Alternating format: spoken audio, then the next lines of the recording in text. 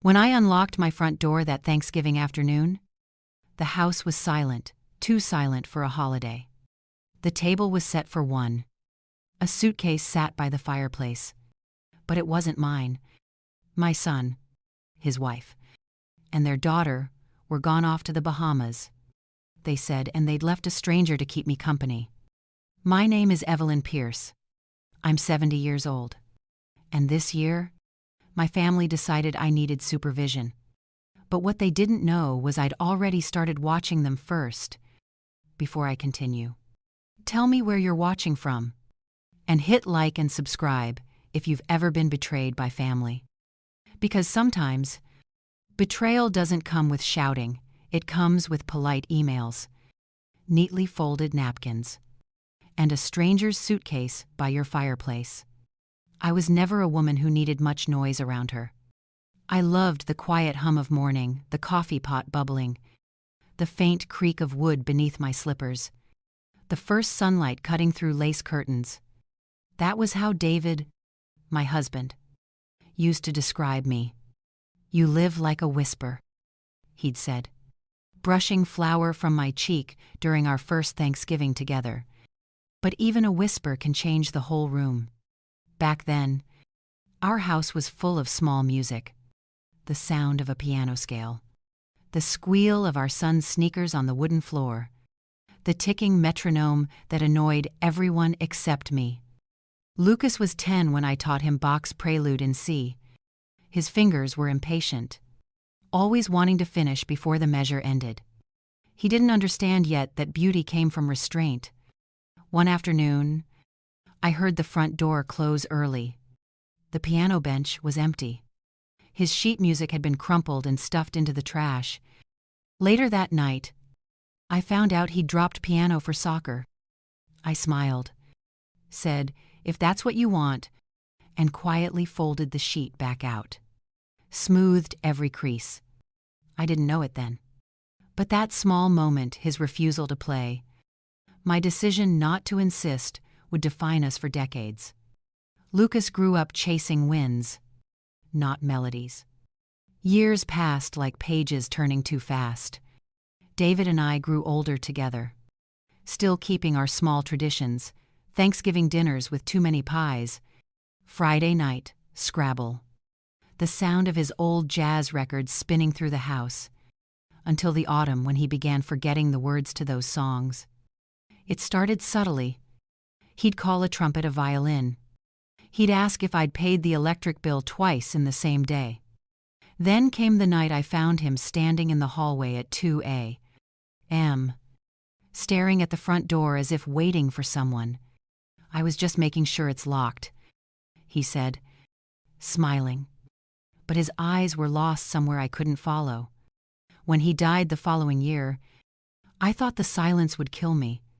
But his eyes were lost somewhere I couldn't follow. But heavy. The kind that swells in an empty house, not peaceful, like a held breath that never lets go. Of course, arranging the funeral, giving instructions, delegating flowers. Madeline handled the paperwork like she was filing a case. I remember sitting at the dining table, her saying, "Mom, maybe it's time to think about downsizing. That old house must feel huge now." Downsizing.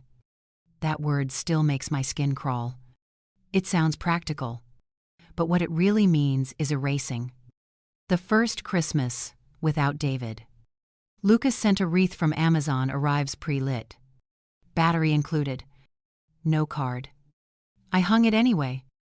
When I texted him a photo, he replied, "Looks great. Mom, we'll come by next week." They didn't.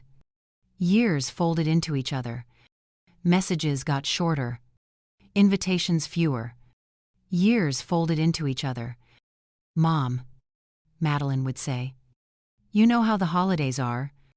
I'd smile into the phone, say I understood. And maybe I did.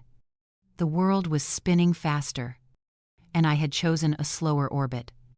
Still, I made my own kind of noise. I taught piano again. this time to neighborhood kids who didn't know Bach from the Beatles but loved the sound of a real instrument. I made soup for Rachel, my neighbor, every Sunday.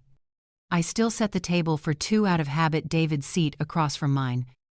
A glass of red poured that no one drank. Then one evening last year, Lucas called out of nowhere.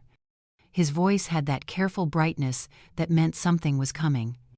"Mom, listen, there's this new community in Cambridge, really nice. Assisted living, but it's more like a resort."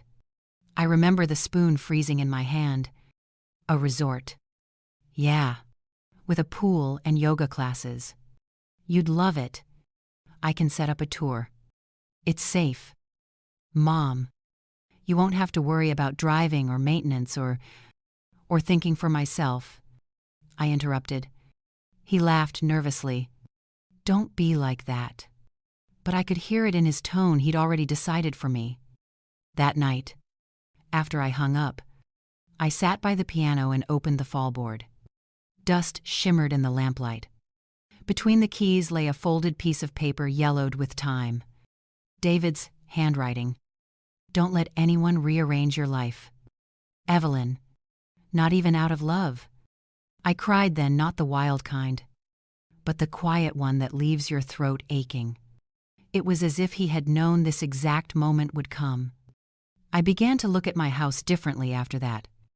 Each photograph, each painting, every book on the shelf, they weren't clutter, they were proof of a life lived deliberately. That was when Father Thomas called. "We're hosting a 3-day retreat for the parish women," he said. A small break before Thanksgiving. Silence. Reflection. A chance to breathe. 3 days of silence sounded divine. I packed light, a wool coat, David's watch, and his letter folded into my journal. The retreat was calm mountain air. Morning bells. No phones. I didn't tell Lucas I was going. Maybe part of me wanted to see if he'd notice. He didn't. When I returned, I expected to find a message, maybe flowers, at least a welcome home. Instead, the driveway was empty, except for a car I didn't recognize, a dark sedan with a Yale bumper sticker. Inside, everything looked almost the same except for the suitcase by the fireplace, and the faint smell of cologne that wasn't mine. That was the moment everything began to shift. I didn't know it then, but that cologne would lead me straight into the most peculiar alliance of my life. The man with the Yale bumper sticker arrived just before dusk that day.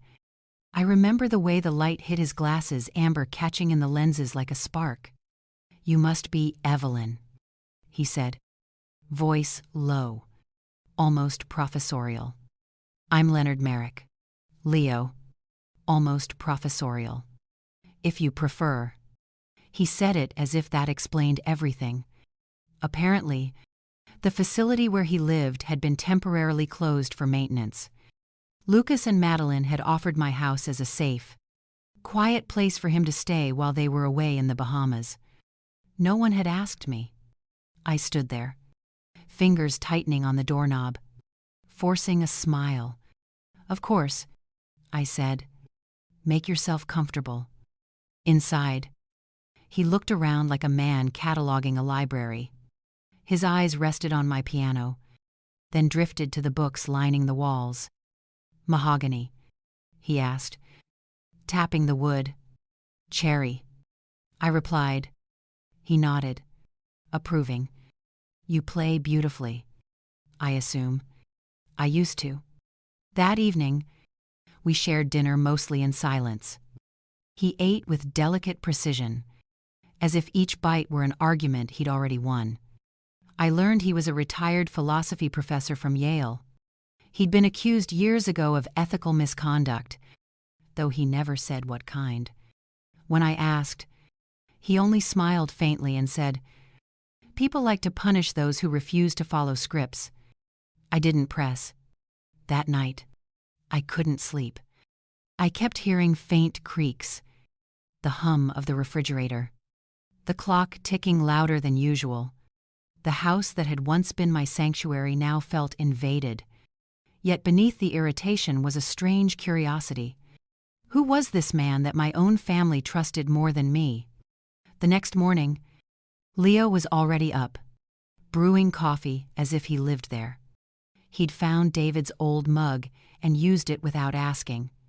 "Good taste never dies," he said, seeing my expression. "You seem very at home," I replied. He grinned. "Well, that's what family does, isn't it? Moves in without warning." I almost laughed. The irony stung. Over the next few days, we developed an unspoken rhythm. He read in the study. I taught a few piano lessons in the afternoons. Sometimes, he'd hover near the doorway, pretending to read while listening to me play. One afternoon, he asked softly, "What piece is that?" "Bach. Prelude in C major." He closed his book. Bach. Almost like thought made sound. "Bach reminds me of truth structured but infinite." I nodded, surprised by how easily he turned sound into philosophy. "You talk like my husband used to," I said before I could stop myself. He looked up. Lucky man. For the first time in years, the silence between songs didn't feel lonely. Still, I couldn't shake the unease. One evening, while dusting the shelves, I found him standing by my piano, holding a folded sheet of paper. My heart froze. It was David's letter. "Where did you find that?" I asked. He didn't flinch. "Inside the piano bench. I thought it was music. Give it to me." He did. Immediately. No protest. "It's beautiful," he said quietly. "He must have loved you deeply." I didn't respond. I slipped the letter back into its envelope and tucked it into my cardigan pocket like a secret heartbeat. That night, I played again. Alone this time. My fingers trembled on the keys. But the notes felt stronger than I expected. Maybe because I wasn't just playing for myself anymore. Days blurred into a strange kind of peace. We shared meals, debated art and morality, occasionally exchanged dry jokes about the absurdity of getting old. "Do you ever feel like people stop talking to you and start talking around you?" I asked him once. He laughed softly. "Every day." It was in that shared exile that we became allies. Then came the first message from Lucas. "Hey, Mom. Hope everything's okay with Mr. Merrick. We'll be back Monday. Don't worry about the turkey. Maybe order something from Whole Foods." Something inside me snapped. Whole Foods. As if 30 years of home-cooked Thanksgivings could be replaced by pre-packaged gravy. I stared at the text for a long time before replying simply, "Everything's under control." When Leo saw the message, he raised an eyebrow. Cryptic. "I like it." The next day, he sent his own message to Madeline. The fire department was kind. I almost spilled my coffee. "What are you doing?" He smiled, returning the favor.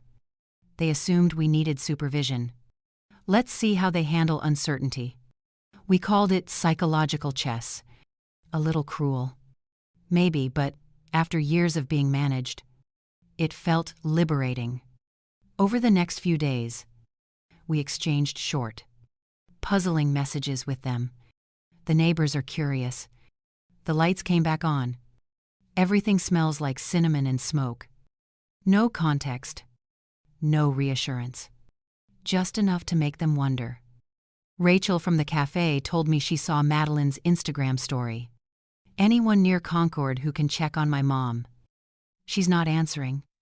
I smiled into my tea. But it wasn't just mischief. There was something healing about it. Leo and I weren't just getting even, we were reclaiming the narrative.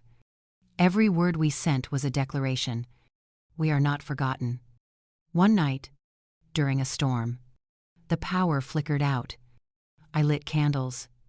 The piano standing in shadows like a memory waiting to be played. Leo sat across from me. Reading by candlelight. You know, he said, they think they're protecting us from chaos, but they're the ones afraid of silence. I looked at him. You sound like David. He smiled gently. Maybe I sound like you. For a long time, we sat there. The rain tapping against the window. The room flickering gold. I played Bach again. Slower this time. He closed his eyes, mouthing the notes. Somewhere between those measures, something shifted. Not romance. Exactly. Something deeper, a recognition. Two people written out of their own stories, quietly taking the pen back. I didn't know it then. But that night would become the turning point. Because while I was learning to live again, my family was learning how it felt to lose control. And by the time they returned from their perfect vacation, I wasn't the same woman they'd left behind. When they finally returned from the Bahamas, the driveway filled with the sound of tires crunching gravel and a high-pitched laugh that didn't belong here. I was in the kitchen, slicing apples for a tart. The air smelled of cinnamon and defiance. Madeline's heels clicked first. Lucas followed, balancing luggage. His voice cheerful but cautious. Mom, you home. I wiped my hands on a towel, stepped into the hallway, and smiled. Of course, where else would I be? For a moment, nobody spoke. Then Madeline's eyes darted toward Leo, who stood behind me, calmly sipping coffee from David's mug. Dr. Merrick, she said, tone rising. You're still here. Leo's face didn't move. Apparently, no one told me when the eviction date was. Lucas frowned. Mom, we thought you... Thought I'd what? I asked. Disappear. The silence after that was sharp enough to cut the air. They sat at the dining table that night, not touching the meal I'd made. Lucas tried diplomacy first. Hands folded. Voice soft. Mom, you know this wasn't intentional. We didn't want you alone for the holiday. Then you shouldn't have left me alone, I said. Madeline jumped in, polished and pragmatic. It was last minute. A trip we couldn't cancel. We thought having Leo here would what? I interrupted. Keep me occupied. Like a dog sitter. She blinked, thrown off by the calm in my voice. Leo leaned back in his chair, watching like a silent juror. To be fair, he said mildly, she's very low maintenance. I almost laughed. Almost. Lucas exhaled, rubbing his temples. Okay. Clearly. There's been a misunderstanding. No, I said, my tone steady. There's just been a shift, and you're not used to it yet. He looked at me then not as a son looks at his mother, but as a man trying to read someone he's underestimated. The next morning, I found Madeline whispering into her phone in the garden. I caught fragments. Confused, impulsive, needs supervision. She didn't see me standing behind the curtain. I took a photo, her hand gesturing. Her face set in control and saved it in a folder labeled evidence. I didn't know yet what I'd do with it, but the instinct felt right. Later that afternoon, Lucas asked to talk privately. We sat in the living room, the one room I'd refused to redecorate since David died. His voice was measured, managerial. Mom, I think what's happening is you're lonely. You've always been independent, but that can turn into isolation. Madeline and I just want what's best for you. What's best for me? I said. Or what's easiest for you? He hesitated, then forced a smile. Both. Ideally. I wanted to scream. Instead, I whispered, you sound like a man justifying a takeover. Leo entered the room then, holding 2 cups of tea. He handed one to me. then looked at Lucas. She's doing fine. You know, better than most people I know half her age. Lucas's jaw tightened. With respect? Aiders. You've only been here a week. True, Leo said, setting his cup down. But sometimes a week is all it takes to see what's been invisible for years. The words hit the room like a slow explosion. That evening, Leo and I drafted the first version of our experiment. A test. He called it a mirror for their behavior. They've scripted your life. A test. It's time to flip the lines. We decided to continue the game of messages. Subtle, harmless, but laced with unease. Lucas received. The basement door is fixed. Adeline got. Everything smells like ash and oranges.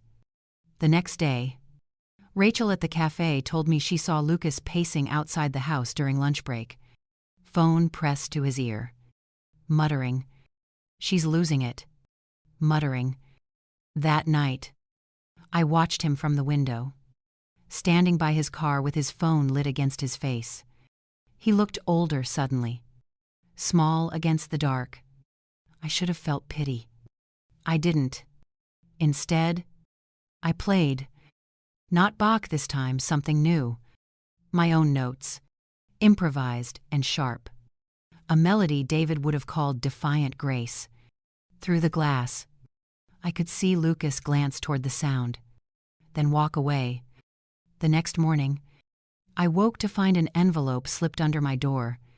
Inside was a brochure for Concord Assisted Living and a note in Lucas's handwriting. Just information, not pressure. Love you.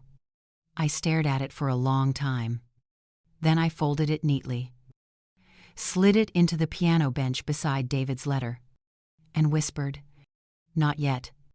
What I didn't realize was that Madeline had already made her next move. Madeline's move came wrapped in civility, a lunch invitation. "Let's reset," she'd said over the phone, her tone sugary, professional. Just the three of us. No tension. I agreed. Because polite wars always need a battlefield. The restaurant was all glass and white linen. The kind of place that mistook sterility for class. Lucas arrived first, shaking my hand instead of hugging me. Madeline followed, coat perfectly pressed, smile too bright. They started soft weather, traffic, Ella's latest school project. Then came the pitch. "Mom," Lucas began, eyes cautious. "I want to propose something practical. You love that house, but it's a lot to manage. I want to propose something practical. You could move closer to us. Less work, more company."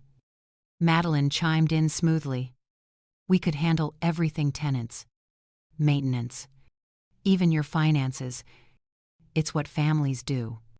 I stirred my coffee slowly, letting the spoon clink against the cup. "And what exactly would I do?" Madeline smiled. "Relax." I set the spoon down. "I see. You'd prefer I be decorative." "Lucas," Hild. "You're reading this wrong. You'd prefer I be decorative. We just—" "Yes. I know. You've said that before." I looked up, holding his gaze. "But tell me, Lucas, when was the last time you asked what I wanted?"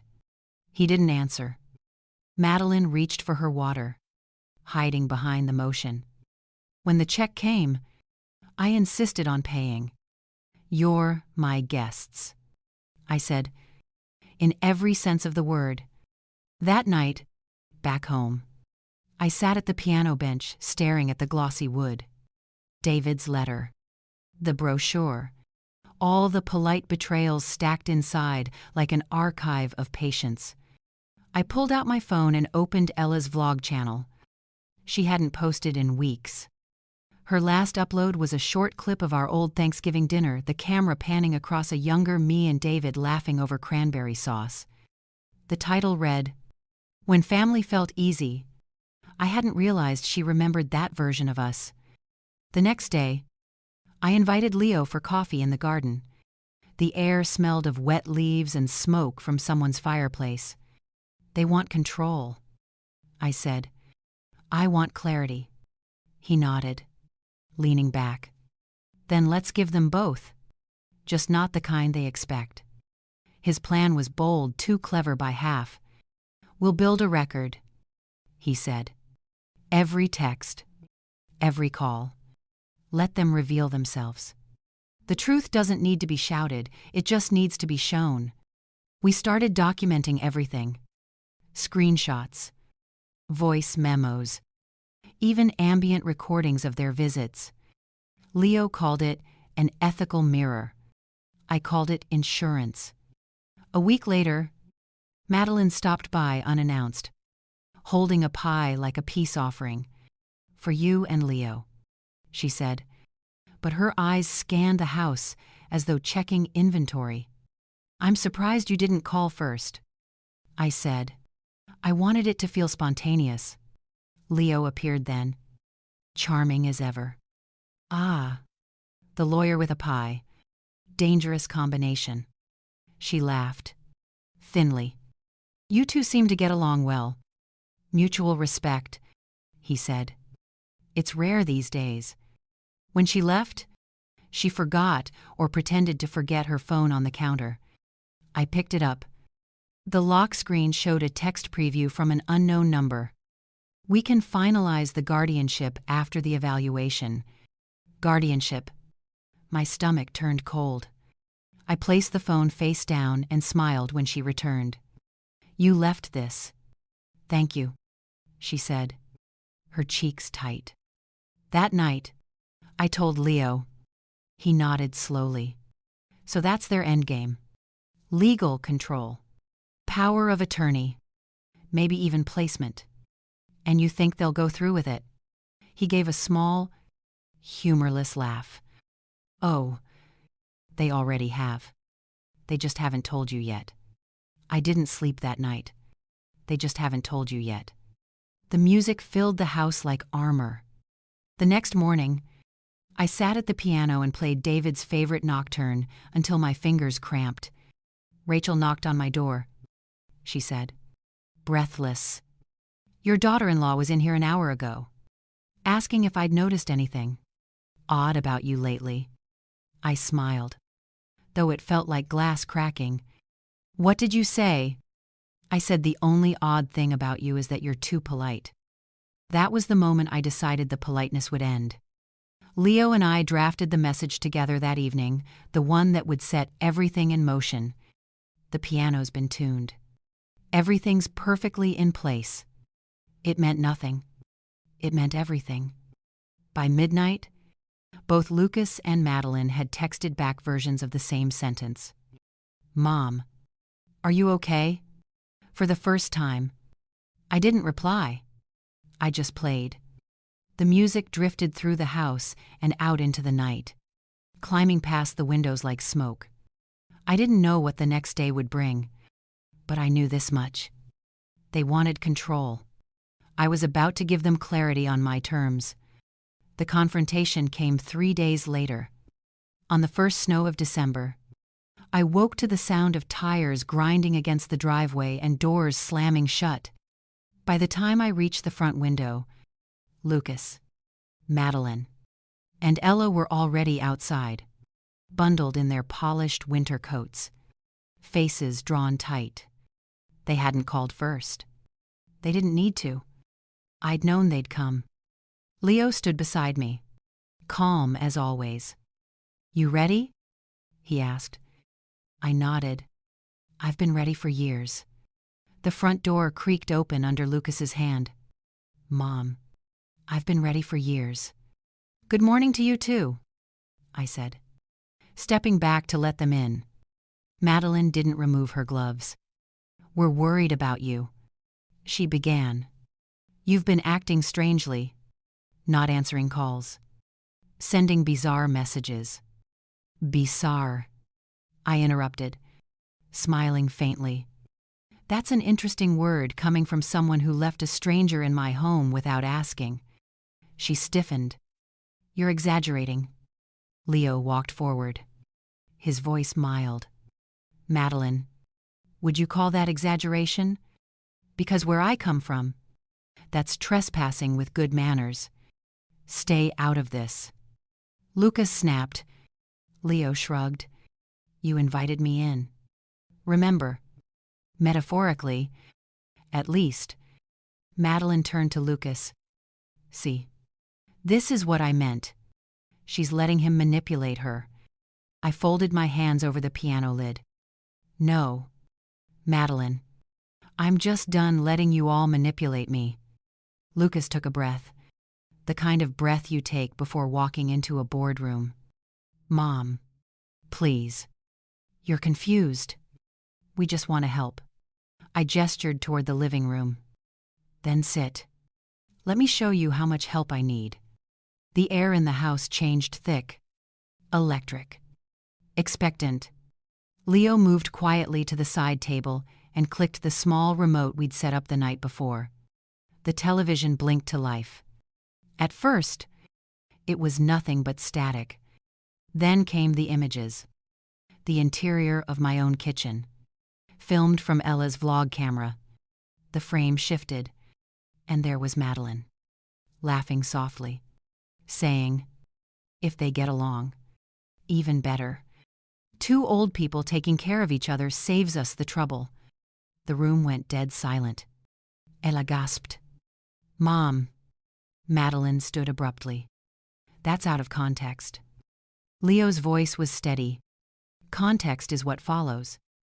The video cut to another clip, an audio file this time. Madeline's voice again.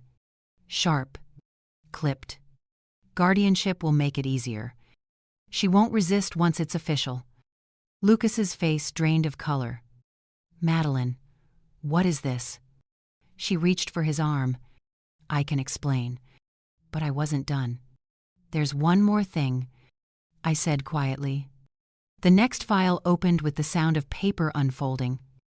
Then, David's voice, steady and familiar, came through the speakers recorded years ago when he was already ill. Don't let anyone rearrange your life.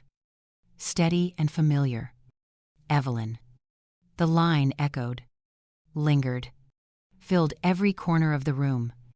Lucas sat down slowly, hands covering his mouth. Madeline stood frozen, eyes wide but unblinking, calculating exits that no longer existed. Leo turned to her. You had me institutionalized. Remember. Because I knew about your ethics violation, the falsified deposition. You thought no one would believe me. Now they don't have to. You confessed. On camera. In your own words. Madeline's voice cracked. You can't use this privacy laws. In your own words. Actually, the footage belongs to Ella. Public domain. By the magic of teenage curiosity. Ella looked between us. Her eyes wet. I didn't mean for this to happen. Grandma. I walked over, resting a hand on her shoulder. I know. Darling. Sometimes truth just finds the light on its own. Lucas stood then, anger finally melting into something rawer shame. Mom. I had no idea. She said it was temporary. She said you'd agreed. I shook my head. You stopped asking a long time ago. Lucas. You assumed. The fire crackled behind us. The only sound left. Madeline finally spoke. In a voice small. What do you want from me? I looked at her, calm and unflinching. Nothing. I just wanted you to see yourself clearly. It's a gift few people get. Leo leaned against the piano, watching with quiet satisfaction. Madeline turned to Lucas. Desperate now. Say something. He didn't. He only said, We're leaving. As they walked to the door, I added softly, Lucas, before you go, the key you gave Dr. Merrick. I've had it melted down. I'm tired of people coming and going as they please. He nodded once, almost respectfully, and stepped into the snow. When the door closed, the silence was heavier than any argument.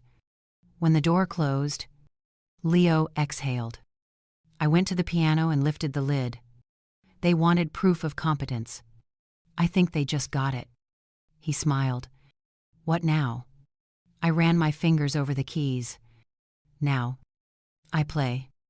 And I did David's melody at first. Then my own. A new piece, uncertain but alive. And I did David's melody at first. The snow fell in perfect silence. And for the first time in years, the house didn't feel like a prison. It felt like mine again.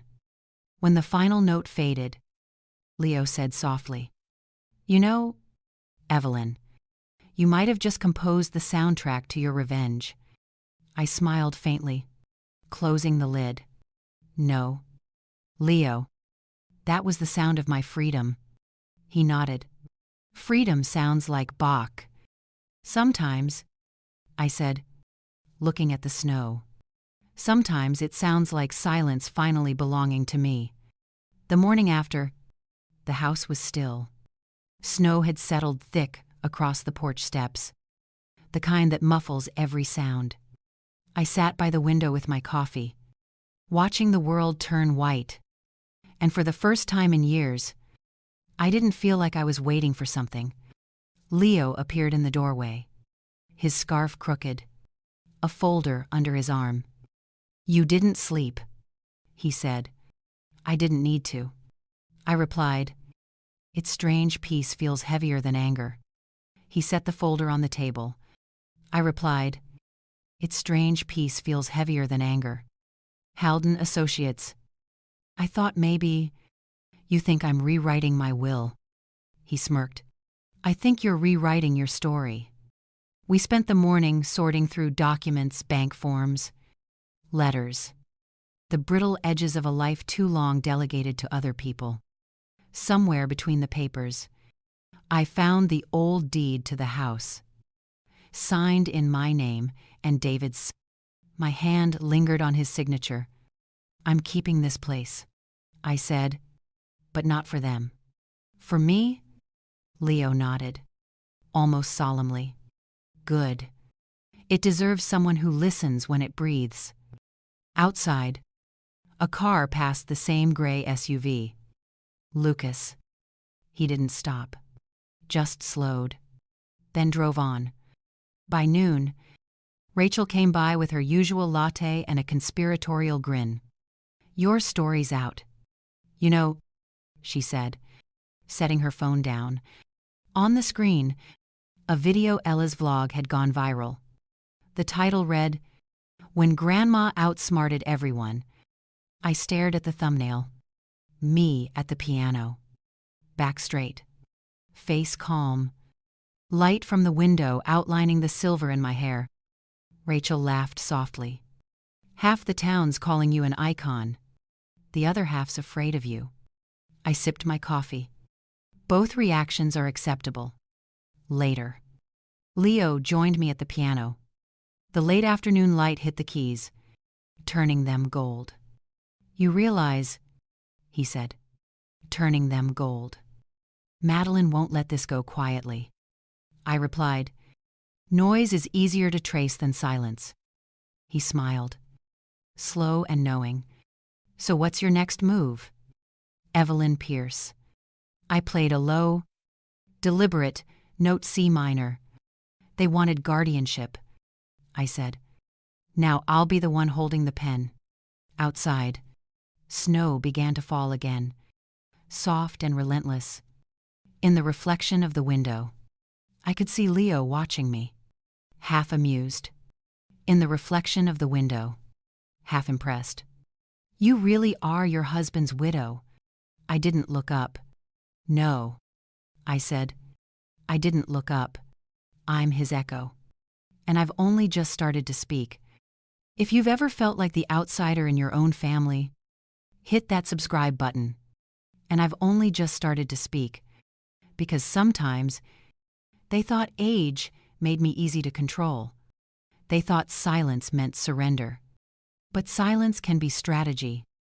And dignity, once you reclaim it, can be louder than any argument. This story isn't over. Families have long memories, and so do I. So stay tuned. Because the next chapter might just prove revenge isn't cruel. It's clarifying,